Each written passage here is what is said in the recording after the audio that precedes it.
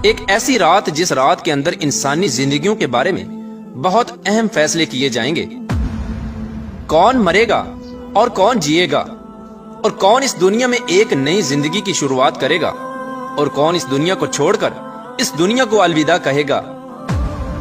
کون غریب سے امیر بن جائے گا، اور کس کی زندگی کا زوال شروع ہونے والا ہے، اور کن لوگوں کے نام مردہ لوگوں کی لسٹ میں لکھ دیے جائیں گے۔ پیارے دوستو، آج کی اس منفرد ویڈیو میں ہم آپ کو بتائیں گے کہ شب برات کی حقیقت کیا ہے،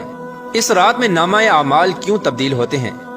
اور اس رات میں انسانوں کے بارے میں کون کون سے اہم فیصلے کیے جاتے ہیں، اور اگر خدا نخواستہ ہمارا نام بھی مردہ لوگوں کی لسٹ میں لکھ چکا ہو تو ہمیں کیا کرنا چاہیے۔ اس رات کتنے لوگوں کی مغفرت کی جاتی ہے، اور اس رات کون سے وہ بدبخت لوگ ہیں جن کی مغفرت نہیں کی جاتی، اور حضور صلی اللہ تعالی علیہ وآلہ وسلم نے اس رات کون کون سے عمل کرنے کا ارشاد فرمایا، اور باتقاضۂ مسلمان ہم کو شب بارات کو کس طرح گزارنا چاہیے۔ پیارے دوستو، ان تمام تر سوالات کے جوابات قرآن و حدیث کی روشنی میں آج کے اس ویڈیو میں ہم آپ کو بتائیں گے، لہٰذا آپ سے گزارش ہے کہ ہماری اس ویڈیو کو انت تک ضرور دیکھیے گا۔ پیارے دوستو، شعبان المعظم کی 15ویں رات کو شب برات کہا جاتا ہے۔ شب رات کو کہتے ہیں، اور برات کے معنی ہے بری ہونا، چونکہ اس رات کو مسلمان توبہ کر کے اور اللہ تبارک و تعالیٰ کی بارگاہ میں اپنے گناہوں کی معافی طلب کرتے ہیں،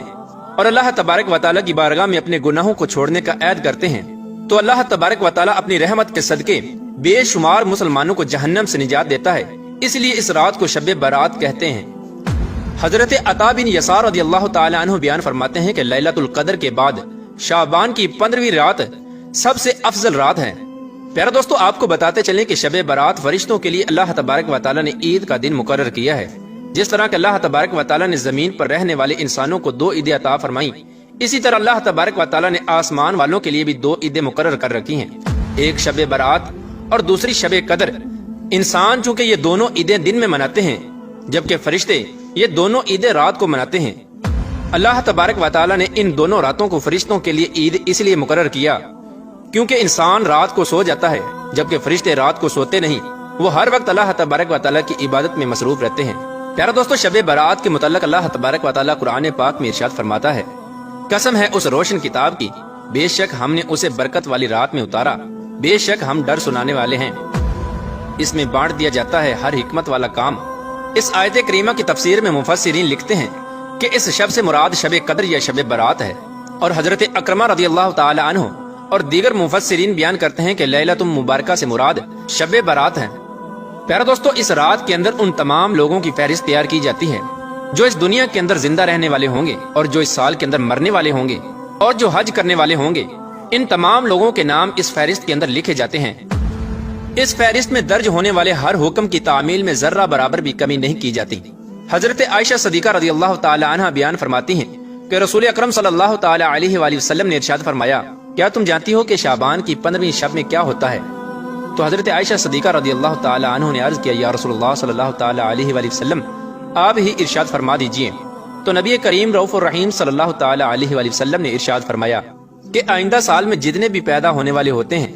وہ اس رات میں لکھ دیے جاتے ہیں، اور جتنے لوگ آئندہ سال میں مرنے والے ہوتے ہیں وہ بھی اس رات میں لکھ دیے جاتے ہیں، اور اس رات میں لوگوں کے سال بھر کے اعمال اٹھائے جاتے ہیں، اور اس رات میں لوگوں کا رزق مقرر کیا جاتا ہے اور رزق اتارا جاتا ہے۔ حضرت عطا بن یسار رضی اللہ تعالی عنہ بیان فرماتے ہیں کہ شعبان کی 15ویں رات اللہ تبارک و تعالی ملک الموت کو ایک فہرست دے کر حکم فرماتا ہے کہ جن جن لوگوں کے نام اس فہرست میں لکھے ہیں ان کی روحوں کو آئندہ سال مقررہ وقتوں پر قبض کرنا۔ پیارے دوستو، اس رات میں لوگوں کی زندگی اور موت کا فیصلہ ہو چکا ہوتا ہے، جبکہ لوگوں کے حالات یہ ہوتے ہیں کہ وہ اپنی دنیا میں مگن ہوتے ہیں۔ کوئی اپنا بینک بیلنس بڑھانے کے چکر میں لگا ہوتا ہے، تو کوئی اپنی کوٹھی اور بنگلہ تیار کرنے کی کوشش میں لگا ہوتا ہے، تو کوئی اپنی شادیوں کی تیاریوں میں لگا ہوتا ہے، جبکہ وہ یہ نہیں جانتا کہ اس کا نام مردہ لوگوں کی لسٹ میں لکھا جا چکا ہے۔ حضرت عثمان بن محمد رضی اللہ تعالی عنہ سے مروی ہے کہ سرور کائنات حضرت محمد مصطفیٰ صلی اللہ تعالی علیہ وآلہ وسلم نے ارشاد فرمایا کہ ایک شعبان سے دوسرے شعبان تک لوگوں کی زندگی منقطع کرنے کا وقت اس رات میں لکھا جاتا ہے، یہاں تک کہ انسان شادی بیاہ کرتا ہے اور اس کے بچے پیدا ہوتے ہیں، حالانکہ اس کا نام مردوں کی فہرست میں لکھا جا چکا ہوتا ہے۔ پیارا دوستو، شب برات کی ایک بہت بڑی خصوصیت یہ بھی ہے کہ اس رات میں اللہ تبارک و تعالیٰ بے شمار لوگوں کی بخشش فرماتا ہے، جیسا کہ حضرت عائشہ صدیقہ رضی اللہ تعالی عنہ بیان فرماتی ہیں کہ ایک رات میں نے حضور اکرم صلی اللہ تعالی علیہ وآلہ وسلم کو اپنے پاس نہ پایا تو میں آپ کی تلاش میں نکلی۔ میں نے دیکھا کہ حضور پاک صلی اللہ تعالی علیہ وآلہ وسلم جنت البقیع میں تشریف فرما ہیں، اور آپ صلی اللہ تعالی علیہ وآلہ وسلم نے فرمایا، کیا تمہیں یہ خوف ہے کہ اللہ تبارک و تعالی اور اس کا رسول تمہارے ساتھ زیادتی کریں گے؟ میں نے عرض کیا، یا رسول اللہ صلی اللہ تعالی علیہ وآلہ وسلم، مجھے یہ خیال ہوا کہ شاید آپ کسی دوسری اہلیہ کے پاس تشریف لے گئے ہیں۔ تو حضور پاک صلی اللہ تعالی علیہ وآلہ وسلم نے ارشاد فرمایا، بے شک اللہ تبارک و تعالی شعبان کی 15ویں شب آسمان دنیا پر اپنی شان کے مطابق جلوہ گر ہوتا ہے اور قبیلہ بنو کلب کی بکریوں کے بالوں سے بھی زیادہ لوگوں کی مغفرت فرماتا ہے۔ حضرت ابو بکر صدیق رضی اللہ تعالی عنہ روایت کرتے ہیں کہ حضور اکرم صلی اللہ تعالی علیہ وآلہ وسلم نے ارشاد فرمایا کہ شعبان کی 15ویں شب میں اللہ تبارک و تعالی آسمان دنیا پر اپنی شان کے مطابق جلوہ گر ہوتا ہے، اور اس شب میں ہر کسی کی مغفرت فرما دیتا ہے سوائے ان لوگوں کے جو شرک کرنے والے ہوں اور بغض رکھنے والے ہوں۔ اور ایک دوسری روایت میں آتا ہے کہ نبی کریم رؤوف الرحیم صلی اللہ تعالی علیہ وآلہ وسلم نے ارشاد فرمایا کہ اللہ تبارک و تعالی شعبان کی 15ویں شب میں اپنے رحم و کرم سے تمام مخلوقات کی بخشش فرما دیتا ہے سوائے ان لوگوں کے جو شرک کرنے والے ہوں اور کینہ رکھنے والے ہوں۔ حضرت عبداللہ بن عمر بن عاص رضی اللہ تعالی عنہ سے روایت ہے کہ حضور اکرم صلی اللہ تعالی علیہ وآلہ وسلم نے ارشاد فرمایا کہ شعبان کی 15ویں رات میں اللہ تبارک و تعالی اپنی رحمت سے 2 شخصوں کے علاوہ سب لوگوں کی مغفرت فرما دیتا ہے، ایک وہ شخص جو کینہ رکھنے والا ہو اور دوسرا وہ شخص جو کسی کو ناحق قتل کرنے والا ہو۔ پیارا دوستو، شب برات میں فرشتوں کو بعض امور دیے جاتے ہیں، اور شب برات ایک ایسی رات ہے جس میں اللہ تبارک و تعالی مسلمانوں کی مغفرت فرماتا ہے اور دعاؤں کو قبول کرتا ہے، جیسا کہ حضرت عثمان رضی اللہ تعالی عنہ روایت کرتے ہیں کہ حضور اکرم صلی اللہ تعالی علیہ وآلہ وسلم نے ارشاد فرمایا، جب شعبان کی 15ویں شب آتی ہے تو اللہ تبارک و تعالی کی طرف سے یہ اعلان ہوتا ہے کوئی مغفرت طلب کرنے والا کہ اس کے گناہ بخش دوں، ہے کوئی مجھ سے معافی مانگنے والا کہ اسے عطا کروں۔ اس وقت اللہ تبارک و تعالی سے جو مانگا جائے وہ ملتا ہے، وہ سب کی دعا قبول فرماتا ہے سوائے بدکار عورت اور مشرک شخص کے۔ حضرت علی رضی اللہ تعالی عنہ سے روایت ہے کہ غیب بتانے والے آقا و مولا حضرت محمد مصطفیٰ صلی اللہ تعالی علیہ وآلہ وسلم نے ارشاد فرمایا، جب شعبان کی 15ویں رات آتی ہے تو رات کو قیام کرو اور دن کو روزہ رکھو، کیونکہ غروب آفتاب کے وقت سے ہی اللہ تبارک و تعالی کی رحمت آسمان دنیا پر نازل ہو جاتی ہے، اور اللہ تبارک و تعالی ارشاد فرماتا ہے کوئی مغفرت طلب کرنے والا کہ میں اس کو بخش دوں، ہے کوئی رزق مانگنے والا کہ میں اس کو رزق دوں، ہے کوئی مصیبت زدہ کہ میں اسے مصیبت سے نجات دوں۔ یہ اعلان طلوع فجر تک اللہ تبارک و تعالی کی طرف سے ہوتا رہتا ہے۔ پیارا دوستو، حضور اکرم صلی اللہ تعالی علیہ وآلہ وسلم نے ارشاد فرمایا کہ شعبان میرا مہینہ ہے اور رمضان اللہ تبارک و تعالی کا مہینہ ہے۔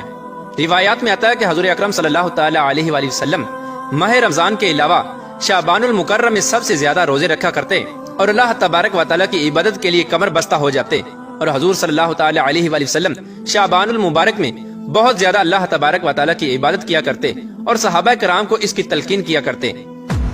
لیکن افسوس کہ آج کے دور میں لوگ اس مقدس رات کو آتش بازی کی نظر کر دیتے ہیں۔ جس رات میں اللہ تبارک و تعالی سے مغفرت طلب کرنی چاہیے، اس رات کو آج کے مسلمان فضول خرچی اور آتش بازی میں گزار دیتے ہیں، اور اللہ تبارک و تعالی کو راضی کرنے کی بجائے الٹا ان گناہوں کے اندر مبتلا ہو کر اللہ تبارک و تعالی کی نافرمانیاں کرنے لگتے ہیں اور اللہ تبارک و تعالی کو ناراض کر بیٹھتے ہیں۔ پیارے دوستو، اس رات کے اندر ہمیں کثرت سے اللہ تبارک و تعالی کی عبادت کرنی چاہیے اور ہمیشہ ہمیشہ کے لیے اپنے گناہوں سے توبہ کرنی چاہیے، کیونکہ ہو سکتا ہے کہ ہمارا نام بھی ان لوگوں کی فہرست میں لکھا جا چکا ہو جو اس سال مرنے والے ہیں۔